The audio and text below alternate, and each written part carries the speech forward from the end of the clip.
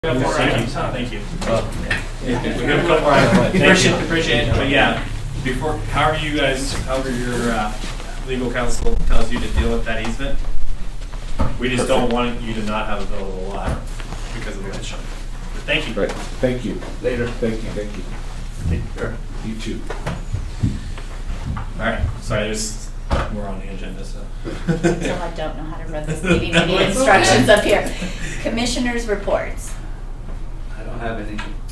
Oh wait, I do too. What about that Oak Street apartment building?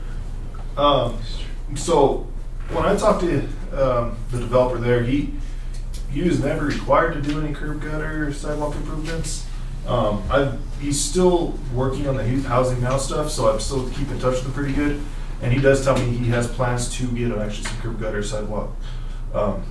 Once he gets he's hoping to get it filled up a little bit more. I think he's getting about 75% there. I noticed there's a few more cars. Yeah, and it took him a while, but he's had success recently. He's been a little bit more marketing, which is great, and he did tell me he had plans to get some curb gutter sidewalk around it, which I really appreciate. Yeah. So he's worked well with us. And the Raccoon Hotel? So coming up in November, Tura is going to grant a loan to the owner of the Opera House to stabilize the northwest corner, I guess. West corner. Yeah, that's the on Alley A there. Yeah. That corner, they're gonna get a loan from Tura to stabilize that and stabilize the building in general. And then they also have plans to pull a roof permit to dry in the building. And How about the walkway? they're gonna try to get the walkway. That's the main goal for the Tura's grant or Tura's loan. I'm sorry, to get the walkway open again. That's the driving factor behind that, to get the corner around it. They have to go across the street. And then they also are applying for another grant to help revitalize the entire front structure, the facade, as well as some phase 1 environmental assessment. So they do have a little bit of traction right now, moving some parts going forward. So hopefully we could get it. And like I said, November is tourists supposed to approve their loan, so they'll get that walkway at least going again. They'll be under construction for a while. Still stable? I think they're going to rebuild the structure as part of that loan. So it was like a $140,000 loan. It was going to take care of the corner, one of the structural things in the building, and then try to get the walkway back to usable. Yeah. So that's the plan right now. So it's You get a lot of complaints about that. Oh, I know. I'm in that restaurant and I hear it all the time.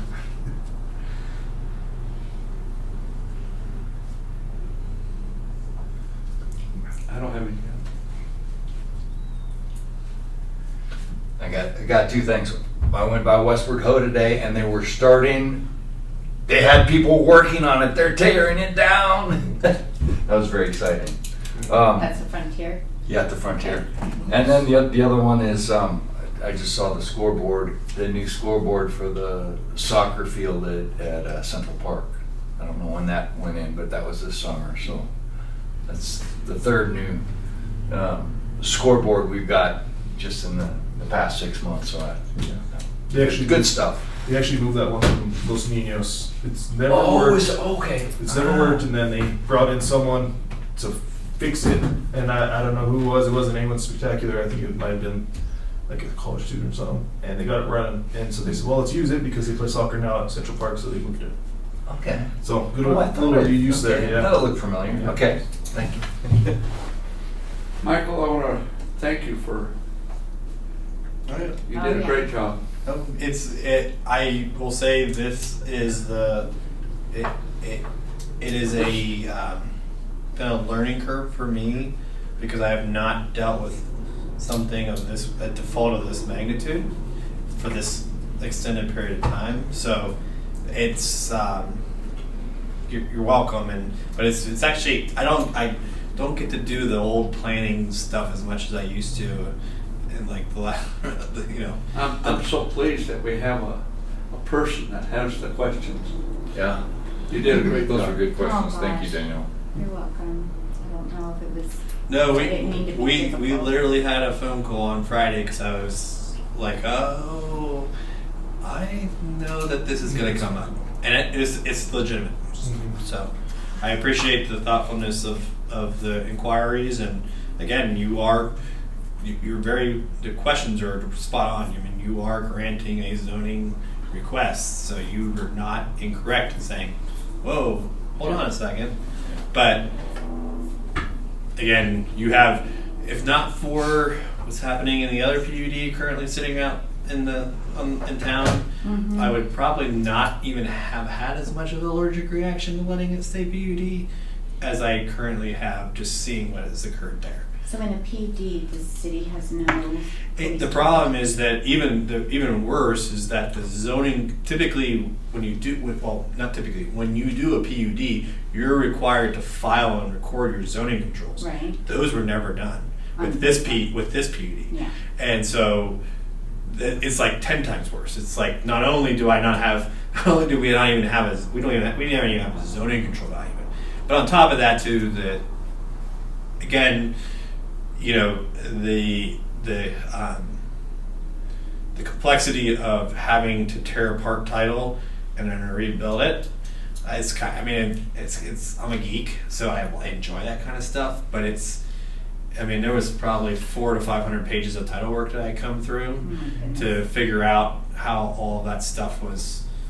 And this is the smaller of the two problem ones you have, so I can't even. I don't even want to go on the.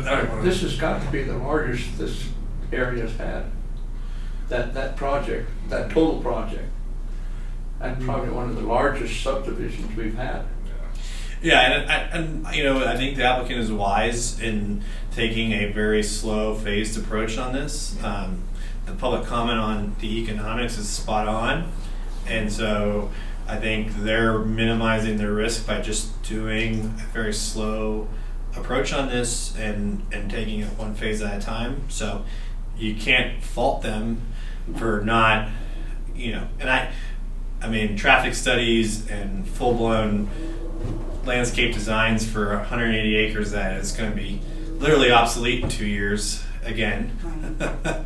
Because they're not, the market's not going to be there for a development of that size. So, but they, again,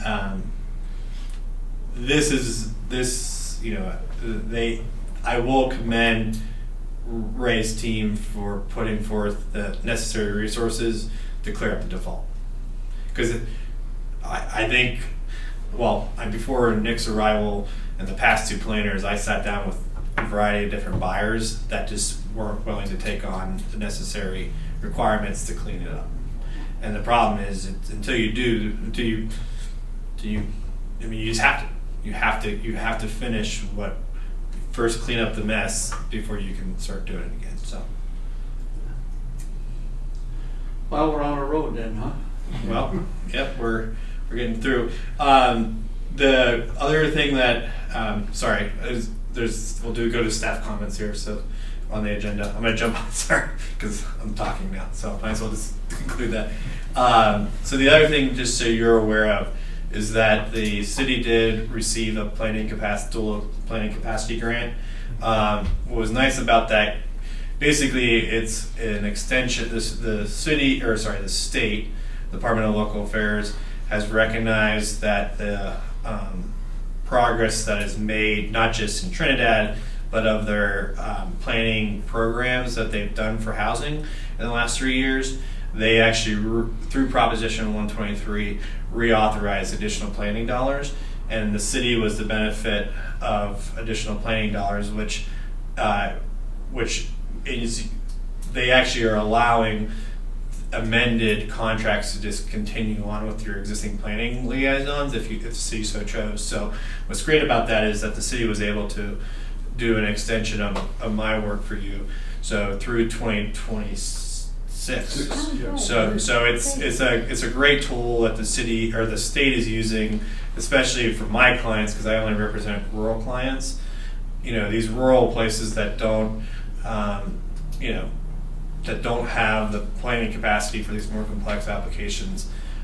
You know, I'm driving tonight to tomorrow morning to Leadville that had that has I guess they call it Leadville for a reason. So the entire town is a Superfund site, which again, learning new things every day. So I'm dealing, you know, we're doing we're breaking ground on 24 units tomorrow up there, but I'm learning how to do soil management under EPA Superfund status. Wow. So anyhow, it's but this I will commend the state because I'm seeing, and I also represent the counties in the southeast. I'm seeing kind of a U-turn in the direction on some of these pretty significant disparities that you see between rural resort and urban and our rural communities that just don't have. I mean, it's a capacity issue. I mean, and you guys have just as complex issues as Denver or Aspen. It's just, you know, I mean, I had town of Crescent View was 1 square mile. I had 8 planners. What? I had a department of 8. Wow. Not all planners, but I had I had 2 building inspectors for a town of 1 square mile. So it's a resource thing, and it's good to see the state allocating planning dollars to assist the rural communities. So I'm excited to be able to stick around and keep helping. I wish they would allocate dollars for economic development, because we need a true economic development department that is their sole job. To that man's point, you know, it's you know, when you call the city hall number, it says planning and economic development. I was thinking, poor Nick. You know, they need to have a true economic development director that's not a comedy promoter. But I'm being serious. I'm being serious.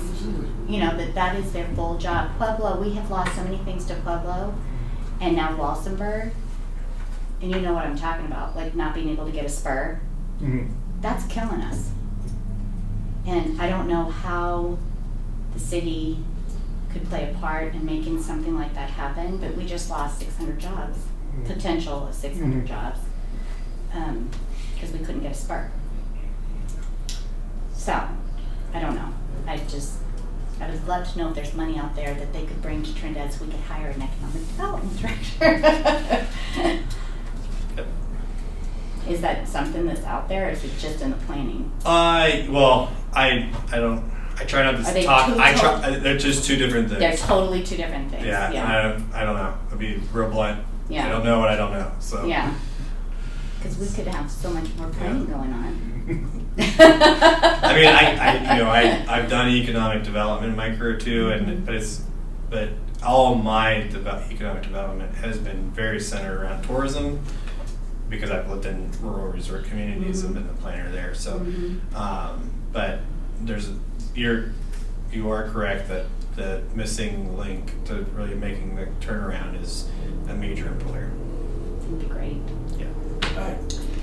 Thank you guys. Oh, do I have to close it? You gotta move to adjourn. Oh, Yep. I move to re-adjourn. and I'm gonna say second. So good. Yep. I don't know. You guys have